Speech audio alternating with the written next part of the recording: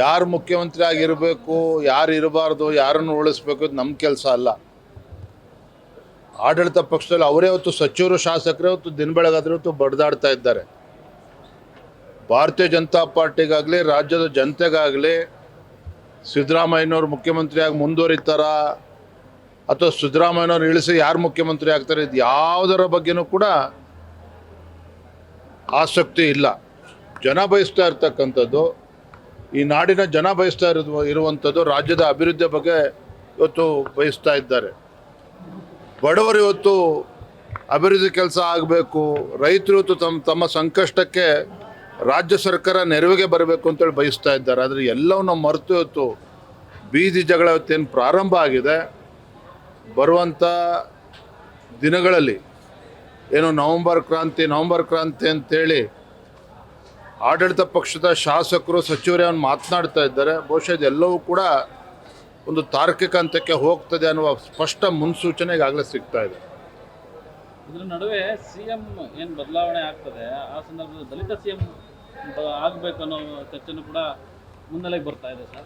ಇವತ್ತು ಆಡಳಿತ ನಡೆಸ್ತಾ ಇರ್ತಕ್ಕಂಥವ್ರು ಕಾಂಗ್ರೆಸ್ ಪಕ್ಷ. ಆ ಪಕ್ಷದಲ್ಲಿ ಯಾಕೆಂದರೆ ಸ್ಪಷ್ಟ ಬಹುಮತ ಇದೆ.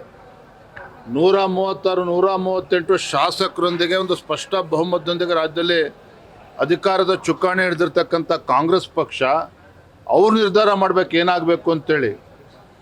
ಆದರೆ ಯಾರು ಮುಖ್ಯಮಂತ್ರಿ ಇರಲಿ, ಹೋಗಲಿ ಅಥವಾ ಇನ್ಯಾರೇ ಬಂದರೂ ಕೂಡ ಈ ರಾಜ್ಯದಲ್ಲಿ ಇವತ್ತು ಕಾಂಗ್ರೆಸ್ ಸರ್ಕಾರದಿಂದ ಅಭಿವೃದ್ಧಿ ಮಾಡೋದಕ್ಕೆ ಸಾಧ್ಯ ಆಗೋದಿಲ್ಲ.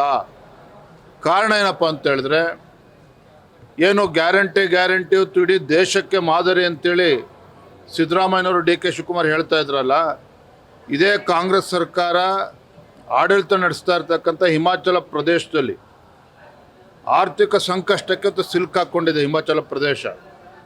ಅದೇ ರೀತಿ ತೆಲಂಗಾಣ ರಾಜ್ಯದಲ್ಲಿ ಸ್ವತಃ ಮುಖ್ಯಮಂತ್ರಿಗಳು ಸರ್ಕಾರಿ ನೌಕರಿಗೆ ಸಂಬಳ ಕೊಡೋದಕ್ಕಾಗ್ತಾಯಿಲ್ಲ ಗ್ಯಾರಂಟಿಗಳಿಂದ ಅನ್ನೋ ಮಾತನ್ನು ಅವರು ಕೂಡ ಹೇಳ್ತಾ ಇದ್ದಾರೆ. ನಮ್ಮ ರಾಜ್ಯದಲ್ಲೂ ಕೂಡ ಇದನ್ನು ವಿಭಿನ್ನವಾಗೇನಿಲ್ಲ. ಇವತ್ತು ನಮ್ಮ ರಾಜ್ಯ ಇವತ್ತು ಸರ್ಕಾರಿ ನೌಕರಿಗೆ ಸಂಬಳ ಕೊಡೋದಕ್ಕಾಗ್ತಾ ಇಲ್ಲ, ಕಾಂಟ್ರಾಕ್ಟ್ರುಗಳು ಆತ್ಮಹತ್ಯೆ ಮಾಡ್ಕೊಳ್ತಾ ಇದ್ದಾರೆ, LOC ಕೊಡೋದಕ್ಕಾಗ್ತಾಯಿಲ್ಲ. ಕಾಂಟ್ರಾಕ್ಟ್ ಕೆಲಸ ಮಾಡಿ ಸಾವಿರಾರು ಕೋಟಿ ರೂಪಾಯಿ ಬಂಡವಾಳ ಹಾಕಿರ್ತಕ್ಕಂಥವ್ರು ಇವತ್ತು ಬೀದಿಗೆ ಬಂದಿದ್ದಾರೆ. ಸಣ್ಣ ಕಾಂಟ್ರಾಕ್ಟ್ರುಗಳು ಸಾಲ ಸೋಲ ಮಾಡಿ ಏನು ಕೆಲಸ ಮಾಡಿದ್ದಾರೆ, ಇವತ್ತು 5 ಕೋಟಿ 2 ಕೋಟಿಗೂ ಪರದಾಡಿ ಇವತ್ತು ಆತ್ಮಹತ್ಯೆ ಮಾಡ್ಕೊಳ್ತಕ್ಕಂಥ ಪರಿಸ್ಥಿತಿ ನಿರ್ಮಾಣ ಆಗಿದೆ. ಅಧಿಕಾರಿಗಳು ಆತ್ಮಹತ್ಯೆ ಮಾಡ್ಕೊಳ್ತಾ ಇದ್ದಾರೆ. ಹೆಣ್ಮಕ್ಳ ಮೇಲೆ ದೌರ್ಜನ್ಯ ಇವತ್ತು ಹೆಚ್ಚಾಗ್ತಾ ಇದೆ. ಇದ್ರ ಬಗ್ಗೆನೂ ಕೂಡ ಗೃಹ ಸಚಿವರಿಗಾಗಲಿ ಸರ್ಕಾರಕ್ಕಾಗಲಿ ಯಾವುದೇ ಒಂದು ಕಾಳಜಿ ತೋರಿಸ್ತಾ ಇಲ್ಲ. ಒಟ್ಟಾರೆಯಾಗಿ ಮುಖ್ಯಮಂತ್ರಿ ಕುರ್ಚಿಯ ಕಾಳಗ ಏನತ್ತು ಪ್ರಾರಂಭ ಆಗಿದೆ. ದಿನೇ ದಿನೇ ಇದು ವಿಕೋಪಕ್ಕೆ ಹೋಗ್ತದೆ. ಏನು ಬೇಕಾದರೂ ಕೂಡ ರಾಜ್ಯದಲ್ಲಿ ಆಗ್ಬೋದು. ಸಿಎಂ ಒಂದು ಕಡೆ ಹೇಳಿದ್ದಾರೆ, ಜನ ನನಗೆ 5 ವರ್ಷ ಇರಲಿ ಅಂತ ಆಶೀರ್ವಾದ ಮಾಡಿದ್ದಾರೆ ಅಂತ.